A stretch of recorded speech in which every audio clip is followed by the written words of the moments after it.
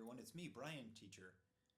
We're back for Chapter 3, the final chapter in the case of the Barfy birthday.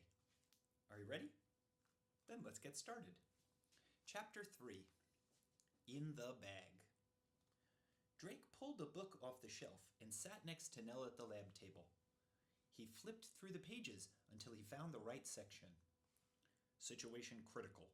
What to do when you've given your twin sister a health drink and she barfs and barfs and barfs. And Drake read the section aloud. They discussed their observation. Good scientists always discuss their observations.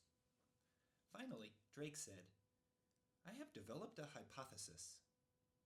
A hypothesis, as every good scientist knows, is a scientist's best guess as to what is happening.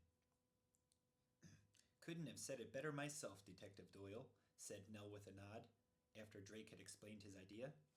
Let's test it. And so, they got to work.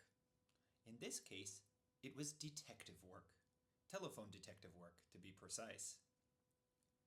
They were into their 5th phone call when Drake's mother, Kate Doyle, poked her head around the door. Do you two brilliant scientists want anything to eat or drink?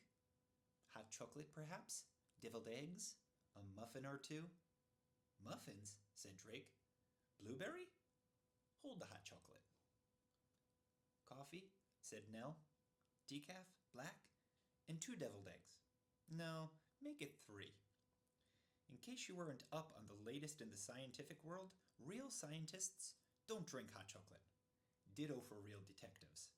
They prefer coffee, decaf, black, with muffins upon occasion. And don't forget the deviled eggs.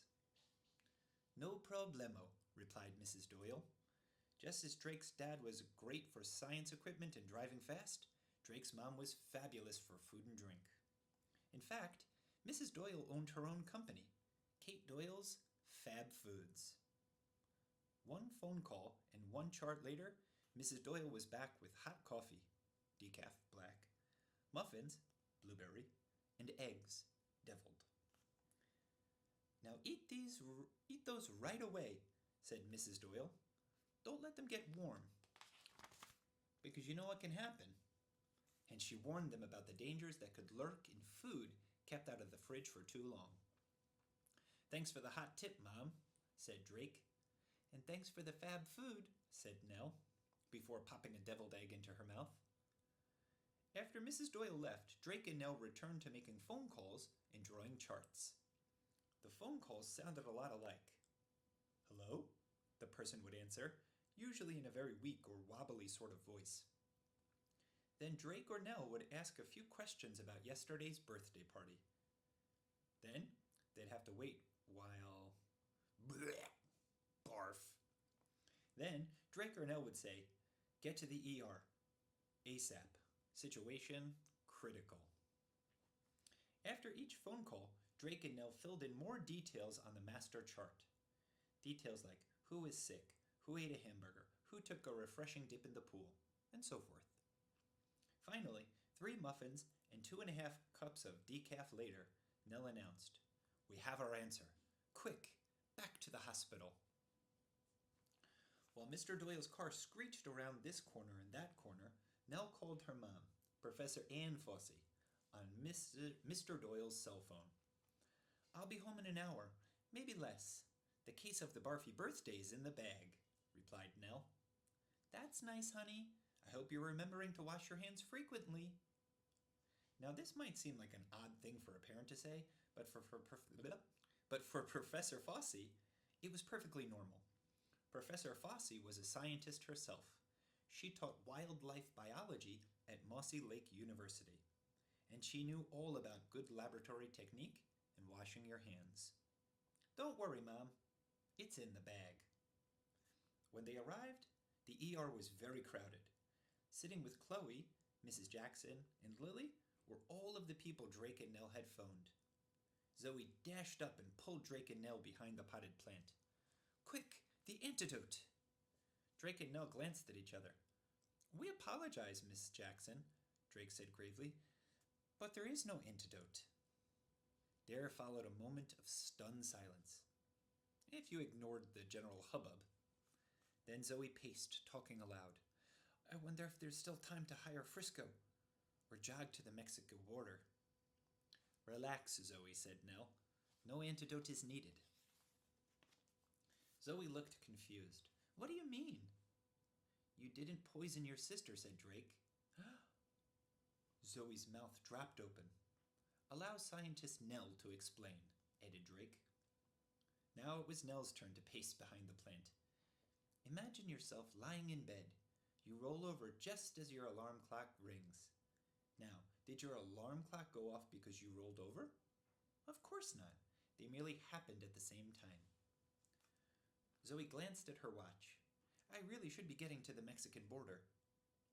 You see, Miss Jackson, Nellie continued, just because two things appear to be related does not mean that they are. You thought you poisoned your sister because she barfed when she drank the health shake. The truth is, she was already sick, and your health shake just tasted nasty. Are you sure? Asked Zoe. That's good, I guess, but what made her sick? Excellent question, said Nell. Drake pushed up his glasses.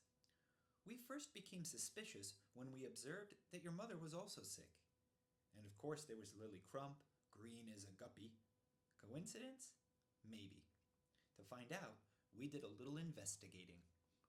We discovered that all three had become sick at the same time, said Nell, and all three were at your birthday party yesterday. Very suspicious indeed, said Drake. So you think something at the party made them sick? Asked Zoe. Drake nodded. Precisely. We called everyone who attended the party. We wanted to know where they sat, what they ate, and so on. I don't understand, said Zoe. You will soon. Chart, please, ordered Nell. Drake unrolled a chart.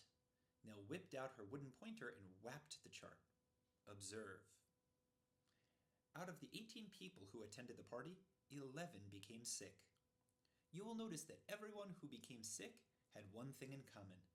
They all ate the chicken salad. Those who didn't eat the chicken salad didn't get sick. Zoe frowned. I still don't get it. Why would chicken salad make people sick? Bacteria, said Nell. Bacteria? Asked Zoe. Germs, if I may be so blunt, said Drake. Bacteria or germs are tiny organisms that live everywhere. They can make people sick. Drake rolled up the chart and began to pace. You will recall that yesterday was rather warm. Hot, in fact, added Nell. Bacteria love to grow where it's warm. After a few hours of sitting in the hot sun, said Drake, the bacteria multiplied and multiplied until the chicken salad was loaded with them. One bite would have made anyone sick. So I did poison everyone, Zoe moaned. I'll get life in prison for sure. It's called food poisoning, said Drake, easily prevented by keeping hot food hot and cold food cold. Never warm. Unless you eat it right away, and, of course, everyone knows to wash their hands frequently. Preparing food with dirty hands is the leading cause of food poisoning. After giving Zoe a few more important food serving tips, they spied the doctor walking with Mrs. Jackson. Drake and Nell hurried over. So glad you're here, Drake and Nell said to the doctor. They shook her hand. They quickly explained the problem, raising their voices to be heard over the chorus of barfs. They gave her the chart plus their business card. Fine work, Doyle and Fossey, said the doctor. You've saved us a lot of trouble. As busy as we are today, I don't know if we'd have made the connection. We'll test the chicken salad for bacteria, and meanwhile, start the appropriate treatment. Your friend should feel much better in a day or two. Of course, we'll notify the proper authorities. The authorities? Cried Zoe. Oh my gosh, I'm going to prison over chicken salad? And she crumpled on the floor in a heap of trench coat. The doctor looked confused. No, actually, I was talking about the public health authorities. They like to know about food poisoning outbreaks. Anyway, job well done, Doyle and Fossey. I'll take it from here. That evening, before dinner, Drake wrote in his lab notebook. Case of the Barfy birthday solved. Never underestimate bacteria. Received Zoe's recipe for health shake. Yuck.